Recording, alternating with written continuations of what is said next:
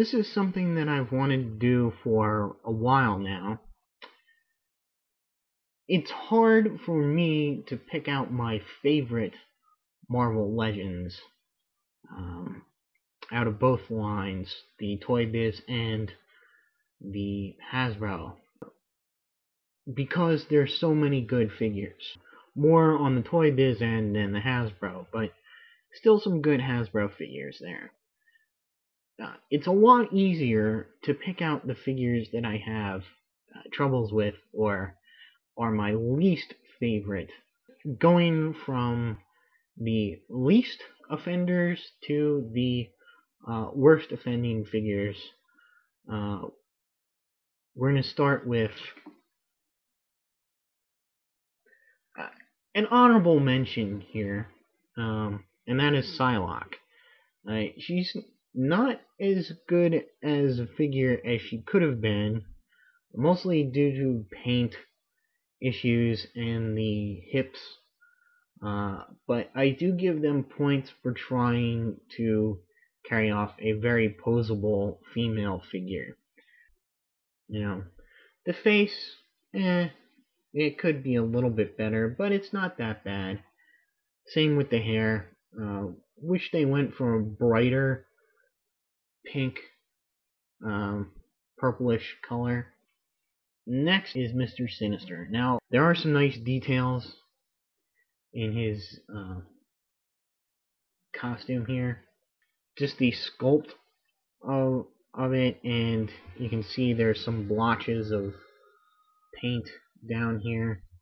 I don't know, maybe it's just I never liked the character, but primarily what gets me is that there's no wrist articulation here, and I know that's maybe not that big of a deal for some people, but they've given him all the other articulation of the that we've come to expect from Legends. They even gave him the extra shoulder joint.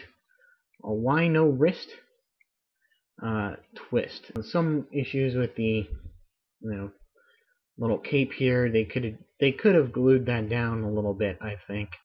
Next would be the X3 Juggernaut. It is pretty screen accurate. It's got, they gave him ankle joints. They also gave him really pink lips. Just the look on his face is doesn't really work, and for the Juggernaut, it just feels too light. Again, this is all just personal opinion, and it's not really based on any particular set of criteria. Just really a personal reaction to each of these figures. Moving on, we get to Zorn. Again, something that a figure that the sculpt really tries to capture the artwork of the artist who created the character. In this case being Frank Quitely. It does a fair job at representing his art. However, what I like in the Marvel Legends line is not going after any particular artist's style, but an overall reality. In the shoulders here, really because of the jacket there, you can see the gray, non-painted plastic underneath there. And his head, the Magneto head, or fake Magneto head, is just a bit too small for the figure, and doesn't really fit the style of Quitely. So I think that's also why it looks so out of place. Moving on, we have the Sentry. A figure which reuses the Wonder Man sculpt, which I actually don't have a problem with. Not really a fan of the Sentry myself, for what it was worth. I don't really think the coloring does it justice. You know, it should. This is a mustard brown, uh, brownish yellow. I think it should have been a little bit brighter to carry off the Silver Age Sentry. This works well with the variant of this figure, which was a bearded Sentry with longer hair, sort of his modern take, where his suit had weathered over the years and become tarnished and dirty. I wouldn't have bought this figure if he wasn't necessary to have completed the Build-A-Figure Giant Man. Moving on, we have Sabretooth here.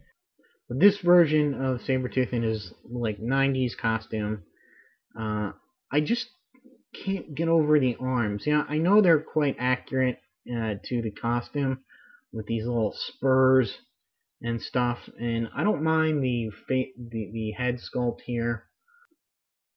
I don't particularly like the hands. I feel they're just a bit too big. And they did use this body for a Venom figure, which it carried out a little bit better, but they left these little spurs on the back, which really puts me off of that. I prefer the face-off Sabretooth to this guy. So anyway, moving on, we kind of have a tie for this one with the Age of Apocalypse Wolverine. Just not as good as I would like my Wolverines to be. Moving on, we get to Emma Frost. The paint and the color of the face and skin and just the poor posability deserves another go round. Moving on, we have the pretty awful Jean Grey from X3. Next we get to the Ultimate Wolverine. Here's where we get to the first figure that really ticked me off as being... This is Ultron, right? Come on. This is not... This hunk of... I don't know what this is, but it's got chicken legs. You know, it's got this, these claws with these spurs on the back. Yeah, it's a pretty cool, like, backbone design in here, and with these, like, thruster type things. But really the only thing to identify it as Ultron is the sort of Ultron-like face there. And, well, to make a point, this is what an Ultron should look like. Okay? See that? Ultron, not Ultron. Ultron, not Ultron. So moving on, we come to Spider-Woman. Yes, Spider-Woman, who has huge freaking hands. Look at those things. I mean, it's incredible. Plus, this freaking paint job is terrible. Articulation is terrible. They screwed up these little web wings, glider wings. They've solved this with the Marvel Universe figure by having two rings slide over her arms to create the webbed wing effect. It's a pretty bad figure in general, and a disappointment because while not a big Spider-Woman fan, I would have liked to have a nice figure of her.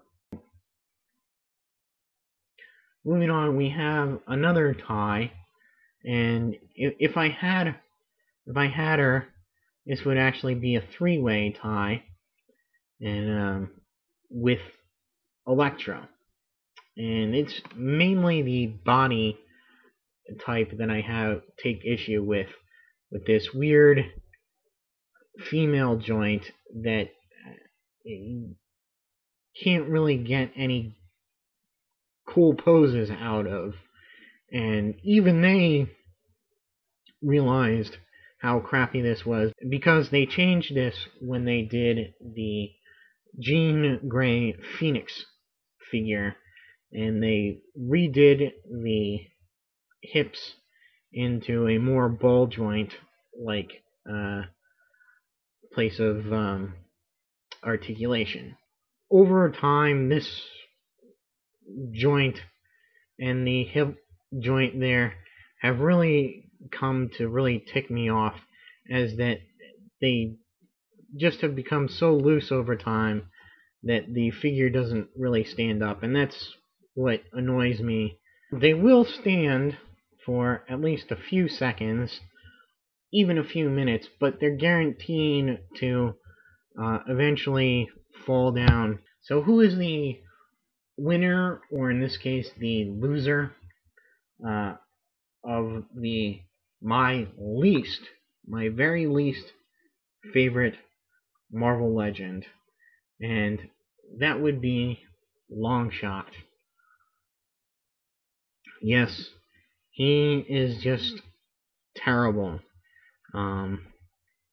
So loose in the abdomen joint there. Loose in the legs. His knee joints are so weak here that they get bent out of position easily, like that. You can see this one even worse. You can see how tight that is in there and how it's bending out. Same thing on the arms here. You know, you move it and look how easy it is to bend that little joint in between the upper arm and lower arm. He's got his little flechettes in his hand there. Why not have made them a removable thing? You know, I don't like his scowl. You know, he's a happy-go-lucky guy, so he shouldn't have a smile on his face. All of that makes him my least favorite Marvel Legend of all. Let me know if you think. I did want to do some longer reviews of some of these guys.